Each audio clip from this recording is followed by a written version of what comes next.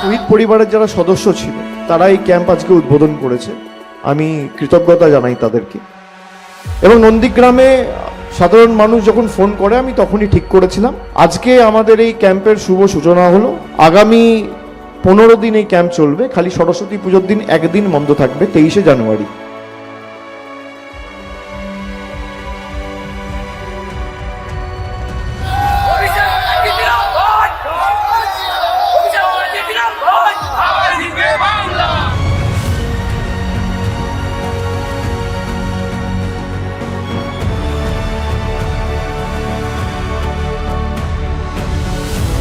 এই মানুষগুলোকে অনেকে ভুলে গেছে, কিন্তু এই মাটির প্রতি তাদের অবদান চির স্মরণীয় হয়ে থাকবে। এবং যতদিন নন্দীগ্রামের নাম থাকবে ততদিন তাদের যে অবদান সেটা ইতিহাসের পাতায় স্বর্ণাক্ষরে লেখা থাকবে বলে আমি মনে করি।